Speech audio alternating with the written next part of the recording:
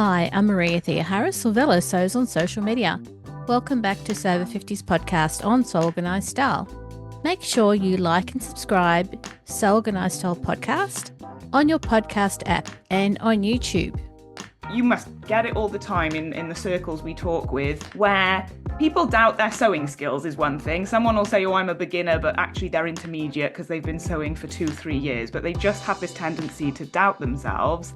And then beyond that, oh no, I can't possibly design my own clothes. And I was just sat thinking, of course you can. It's actually really actionable and logical, and there's really easy step-by-step processes that you can do to unleash your creativity. That's Alexandra Wells, or Digital Pattern Library on Instagram. On another topic, if you live in Australia and decide to purchase your own Mimi Queen custom dress form, I'll be your body scanner. Go to mimiqueens.com to book your Australian scanning session. Today's episode is Alexandra's story, and we recorded this late last year. Grab a cuppa and relax. So we'll talk about what's on the mannequin behind you as well, because So this is visual. Pajamas. Oh, Yes, that is pajamas. Up here is we're doing sleepwear inside my membership. We focus on a different garment style every 4 months for my premium members. This is a toile. I've been told it looks very Christmassy, but this is going to be the final fabric. So this is sleepwear, yes, and I just need to toile up the trousers to go with it. It's always confusing on camera because everything's backwards, isn't it? and you've got a jeans pocket template as well. Got a jeans pocket, got some fabric manipulation going on there. So that was from another framework cycle. We did a pair of jeans. And so it's going through all the sampling and things like that. But we kickstart it with a 3-day design challenge every new framework cycle. I describe it like an online project runway, except you don't have to make anything and you're not swearing at a sewing machine. So I'll give them a design brief. So this one was design a sleepwear look that can transition from night to day, inspired by an interior designer. And I'll do it real time alongside anybody who takes part. And then if they want to, we turn it into the real thing. So yeah, at the moment we're in contour month, which is all about fitting amendments. So we're toiling up, fitting it to our bodies, and then I'll be sewing it in the real fabric, which I can't wait for because someone said this looks Christmassy. And I'm really sorry, but I hate Christmas. I'm such a Scrooge. I don't know why. I'm just such a Scrooge. I can't wait to see this in the final fabric. Should be good. Should be great. Alexandra, thanks for coming onto the podcast today for Sew Over 50. Thank you for having me, Maria. I am very grateful and excited to be here. Always been excited to have a little chat with you. I'm really pleased that you reached out to me after listening to or watching. Did you listen or watch to the podcast? Listened, yeah. Okay. Ali's, yeah. It was really interesting. Because I'd never come across the Digital Pattern Library before. I had a look at how it's set up. Do you want to describe it? And I'll put some photos up. I'll put some images up on the YouTube version so that people can find it and, decide for themselves if they want to pursue what's in there. Yeah. I'm going to start out by saying Digital Pattern Library is a slightly misleading title because in terms of selling sewing patterns, I actually only have about 9 in the library. However, bear with me. I was going to ask about that. It's a long story, but I'll keep it short. It started out as a side note to my ready-to-wear brand. I pivoted and started selling sewing patterns. And in parallel to the fashion industry, I discovered the sewing industry, which was very warm and fuzzy and welcoming, and a breath of fresh air. So I fell down the rabbit hole. And what transpired with my professional background is that people beyond my designs wanted to learn my skills. And so long story short, it turned into more of an education platform. What really struck me actually when I was speaking to sewists was how many people lack confidence in believing they can design and actually create ideas for their own wardrobe. You must get it all the time in the circles we talk with, where people doubt their sewing skills is one thing. Someone will say, oh, I'm a beginner, but actually they're intermediate because they've been sewing for 2-3 years, but they just have this tendency to doubt themselves.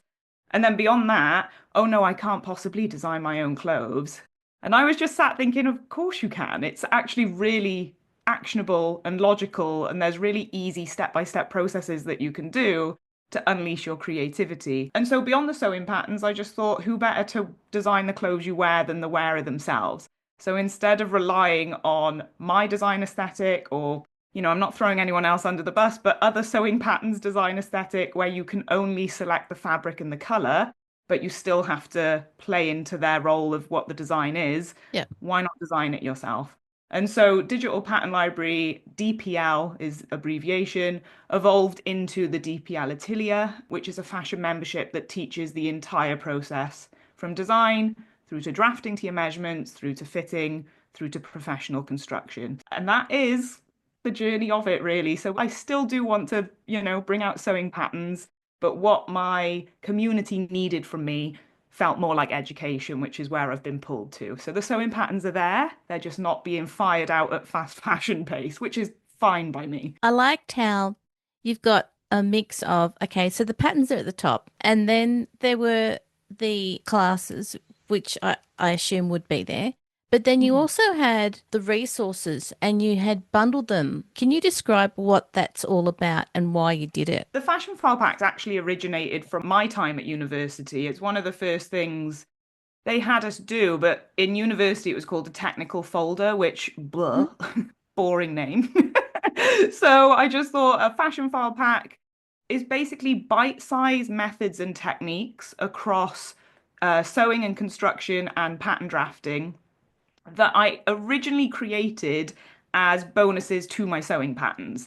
So they were meant to be collectible, they were meant to build a file of knowledge, and they were meant to be bite-sized, really easy to follow and Yeah. digest, breaking down conceptual or overwhelming topics into something that's easy to follow. The first one started with Seams 101, but we've got things like patch pockets, we've got drafting a bodice, we've got sleeve amendments, slash and spread, dart manipulation. They're about 7 pages long each, and you can just really build an arch leather folder. That's basically, in layman's terms, what a fashion file is. Yep. You don't even need the packs to create your own. If you're learning something, if you're learning a sample or a technique, I just really think there is a lot of power to be had in throughout your learning process, reformatting that in your own voice. Hmm. Because even as I'm teaching, I'm doing that through my own vocabulary. I'm doing that through my own experience. If you're doing a welt pocket at the sewing machine and you can process that in language that suits you, then document that and put that in a fashion file. So the fashion file packs are supportive learning resources, Hmm. but you absolutely don't need them to start your own fashion file. And you can put all of your samples in there, like this pocket behind me, whatever direction you're pointing at, and make notes and take photos and just really elaborate on your creative process so that you can also see how far you've come. I think a lot of people forget where they started and where they're at now, and that's also a really nice process to document as well. Traditionally, people were going through school and bought resources. You would buy a book that might be an inch thick and it might Mm. be all the basic sewing techniques. And Mhm. the reason I thought the fashion packs were worthwhile looking at is because you've got to scan through, go through the index, find what it is you want to do, look at Mm. that. Then you might have another book which was all about adjusting the pattern. So that might be Mhm. another book. So you'd go through all of that. Whereas I thought that the packs are actually a neat way of pulling all those resources together to come up Mhm. with, as you say, just the patch pocket on jeans that actually fit you properly. That's why I thought it would be interesting to find out why you put them together. So I put them together. Honestly, there's no rhyme or reason to it. I've just systematically worked through them. As I say, they're bonuses to my PDF sewing patterns. Mm, So mm, if you buy any sewing pattern, you'll get a fashion file pack. And I've just bundled them in chronological order of how they've come out. mm. I'm afraid there's actually no rhyme or reason to it. But what I find with bite-sized information is it is customizable. So Yeah. as you say, whatever project you're working on, Mm, you might not need to understand how to do 12 different variations of cuffs.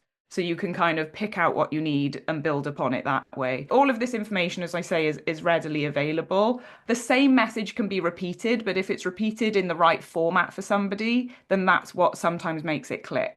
I mean, you may have watched, 500 YouTube videos on sharing or gathering. But if you actually hear it through someone who's delivering a message in language you understand or something that resonates with you, that's what really can help people learn. And that might be a different educator from me. I might be the person for them. It's just finding what clicks. And what got you to this stage?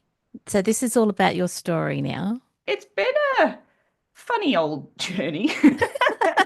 It's been relatively linear in the sense that I've only ever done fashion.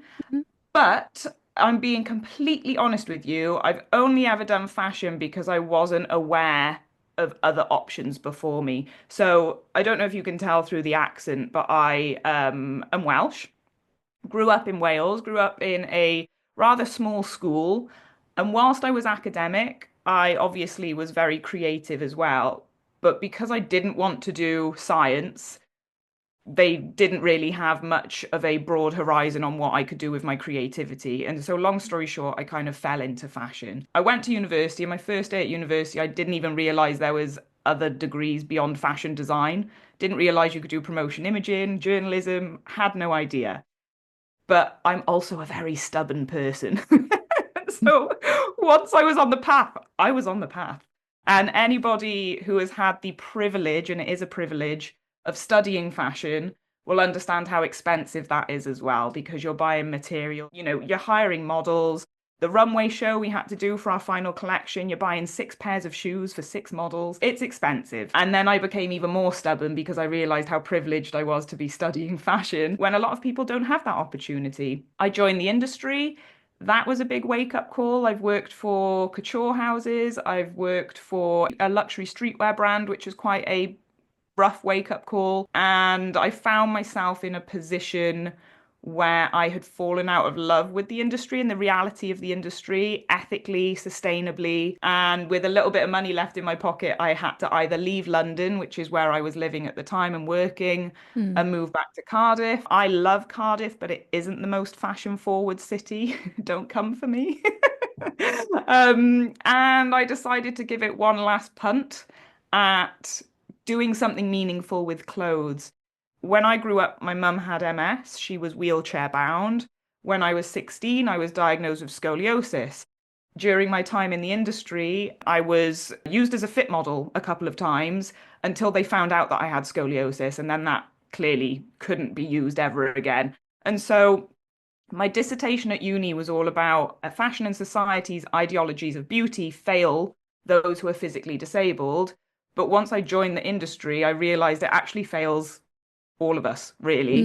Mm. Because Mm. if you don't fit in that box, then it fails you. We're constantly going to whatever high street store it is for you. You're a size 14 here and a size 18 there. And people, women especially, but people absolutely across the board, really tie their identity to their clothing. It's just been something I've been very conscious of throughout my life. So when I moved back to Cardiff, I started my own brand, and I had something on it called journey Yep. cards, which were essentially swing tickets Yep. that documented the entire process of this garment, because I had so many experiences in the industry where the waste was just astronomical. We've worked on a couture garment before for 6 months, 8 interns hand embellishing and embroidering it for 8 hours a day. Unfortunately, burned the hem at the iron one day and it Mm. got scrapped. I really felt passionate about acknowledging all of the hands that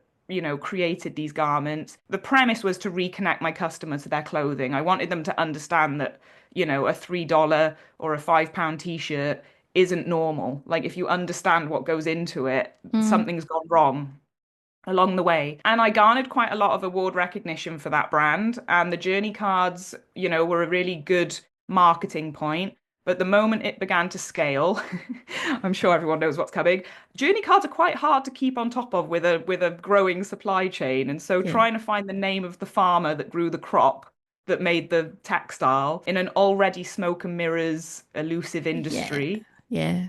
became really difficult. And that's how Digital Pattern Library was born, because I thought, okay, well, how else can my customer reconnect to their clothing? Oh, I know, I'll make them sew it themselves. And then the warm, fuzzy sewing industry, welcome me with open arms. And I was like, oh, this is a nicer place to hang out. So I think I'll settle here. And that's how Digital Pattern Library came around. And it's, hopping from all of these stepping stones on the journey with a little bit of stubbornness thrown into the mix and really feeling like as a community, it's not me doing something good, it's us as a community that are doing something wonderful with clothing. And that is just a lovely feeling. In all of your stubbornness, did you ever think of leaving fashion totally, not doing the library, going down a different career path? No, honestly, I didn't. My passion Yeah. outside of here is horses. My fiance is a farmer. When I'm not in the studio, I'm in a stable, quite literally. And my partner said to me one day, do you want to have a livery? Do you want to monetize it? And I thought, gosh, no, I don't, because the moment you monetize that, you lose your passion. The really nice thing I'm catering for is people's passion, people's hobby, which is sewing. I love it. I love fashion. I don't switch off and think, oh, I'm going to sew because I do it for 10 hours a day. I think it's really important to create that space online, especially for people that can't access workshops and for people that are passionate about it. I love it. I've never once thought about leaving it. I Yep. love the community. I think the pivotal point was when I left London and I thought I need to give this one last shot. Yep. Um, and luckily it worked. I don't know what I would have thought after that. I didn't get to that point, but Mm. luckily I've never thought I've got to pack this in. No, it's always pivot. I've always got to pivot. Good on you. Uh, Thank you. the fact that you are providing patterns, resources, Mhm. workshops to people in remote areas or people who Mhm. don't have access Mhm. makes a whole lot of sense. We've traveled through the middle of Wales and it can feel really remote. You travel Mm. from one major city in Australia to another, it can be really remote as well. So there are a lot of people who don't have access to being with someone who can teach them skills. So I think what you've developed is a really good resource. Oh, well, thank you. That means a lot to me. As I say, I'm not the only one. There's just fantastic Yeah. educators out there, but it is trying to find someone who you resonate with in how they explain something or, the rapport they build with you. And it is having that human connection because Mm. obviously a workshop, especially if you're fitting, we do fitting clinic calls inside the DPL Atelier where we have guest experts come in and my premium members can wear what they've made on the call and they get one-on-one bespoke fitting advice. There's clearly challenges to doing that through a Oh, screen yeah. that we've had to pivot around and navigate and figure it out. But we're all a very safe, warm, welcoming community. There's no judgment. There's, no assumptions about bodies. I mean, sizing charts need to be thrown out the window anyway. If you can draft to your measurements, that's the best place to start because there's just no cookie cutter figure. But yeah, it is important to have these online communities, and you're doing exactly the same here and connecting people. And how Mhm. fantastic it is that people, I mean, you're literally in Australia, I'm in Wales, couldn't be further away from you. And how fantastic it is that we can connect. So Yep. it I is think really lovely. It's a special time. the technology that we've got access to these days allows us to, if we can't find something locally, or if Mhm. something locally doesn't fit with who we are and what we do, we can find Mm, something that's not local now. So we're really lucky. We're in a really good time to be able to pick and choose and do the research to find someone who can yeah. help us in the passion that we love. I've always battled a little bit with this because sometimes, like when I'm alluding to people's confidence with, Mm. sewing, designing, whatever it is, you Yep. obviously don't know what you don't know.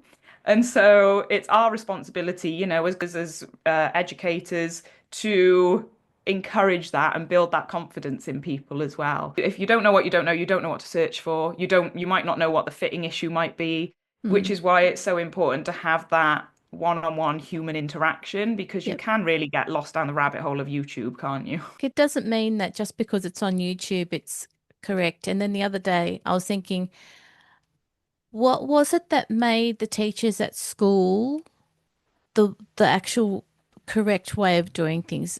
Did we just assume that? I don't know. Because these days, we've got access to the ability to, if we want to do a particular piece on clothing, there's more than one way to do it. So, 100%. A yeah. hundred, and that's why I love fashion so much because if you, or just creativity, if you're a Mm. painter, if you're a whatever, if you feel like you've learned it all, that you haven't even scratched the surface. The whole point of creativity is rediscovering, reinventing, figuring out new ways of doing things. Yeah, you don't know if it's right on YouTube, but unfortunately, there is only one way to find out, and that is sampling, that is trial and error. I understand with fitting amendments, frustrations can arise because sometimes it takes 2, 3, 4, 5, if you're talking about trousers, 7 rounds of twirls to fit that crotch curve. But there is no magic wand. It's meant to be an enjoyable process. And I think what I try to encourage and facilitate and nurture Mm. is falling in love with the process and not getting hung up as much on the result. Obviously, the goal is to have the really nice, pretty, perfectly fitting result. But if you can't fall in love with the process, fashion, sewing might not be for you because Yeah. it's so process driven. And lastly, before we finish up, how do you get someone who's been sewing for a long time, like me, to realize that they can actually design as well as sew? Join a 3-day design challenge. We host that 3 days a year. No, honestly, it is so actionable. So what we do, and I'll try and break it down, but visually, I do have an example of this over on my YouTube channel. If anybody did want to go and see that at Yep. Digital Pattern Library, we answer a brief. Okay, so I have designed a sleepwear set inspired by an interior designer of your choice. We always select a starting point that is unrelated to fashion because it's meant to be a springboard of information Okay. and inspiration in information.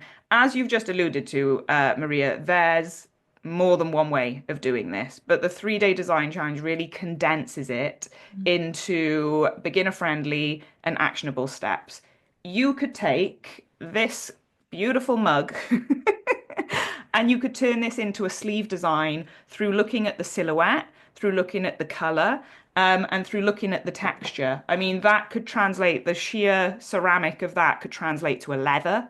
And they're the 3 cornerstones of design Mhm. that we teach within the challenge. And you can honestly translate anything into a garment idea. And then we look at scale and proportion, which is blowing things up and scaling things down. A really simple exercise I would encourage anybody to do before you even design something from scratch is pick your favorite sewing pattern or your favorite design, whatever that is, Yep. and play around with enlarging and varying the hem length, the design features. So if it has a collar, make the collar a little bit higher and then make the collar a little bit smaller, or play around with a V-neck, turn it into a scoop neck. Do tiny little design changes Mhm. each time on your already favorite pattern, and you'll be amazed at the difference that that makes. And your confidence will start to build from there. Because I think designing from scratch from a blank canvas, which is what the design challenge facilitates, can be overwhelming. But we never draw upon existing fashion inspiration in the design challenge because I want anyone who comes into my sphere to tap into their authentic voice as a designer. I'm not trying to make people design like me. I'm not trying to make people pull ideas off the runway.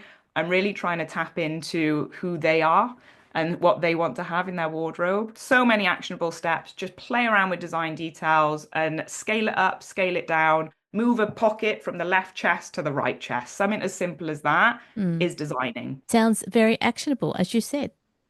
It is, I think a lot of people think creativity is too conceptual. And so Yeah. people are like, I'm not naturally creative, or like, I can't do that. There's so many tiny little steps you can do to build upon it. And that's what I get really passionate about because it's so lovely when someone's like, oh my God, I can't believe I've done this. And I'm like, I can believe you've done it because anybody can be creative. Alexandra, thank you for coming onto the podcast on So Organized Style and for Sober 50 today. Oh, thank you so much for having me. It's always such a pleasure to just connect with people in the community and, get the word out there that sewing your own clothes, building your dream wardrobe, it's all absolutely possible. And this sounds really like soppy and intense, but I genuinely believe that people in clothes that make them feel confident Mm. generally are happier, therefore they're kinder, and that is the kind of planet I want to live on. So I'll leave on that note. Same here. Thank you again. Thank you. This episode of So Organized Style podcast for Sober 50 was both video and audio produced by me, Maria Thea Harris, in my sewing room, with permission of Alexandra of Digital Pattern Library, sound by Kaneef on YouTube. Many thanks for the ongoing support of the podcast Patreon contributors. Their paid Patreon membership enables me to create these video and audio podcasts for you for free. You can subscribe to So Organised Style Podcast, but with an S, not a Z, on all good podcast apps and on YouTube. And yes, if you live in Australia and decide to purchase your own Mimi Queen custom dress form, I'll be your body scanner for Mimi Queens UK. Make sure you go back and listen to our free Sofa 50 podcast episodes on So Organised Style. Direct message Sandy and the editors at Sofa 50 on Instagram to contribute to the ongoing posts and challenges the team promotes to the community. I look forward to joining you in your sewing room next time. Stay safe, everyone.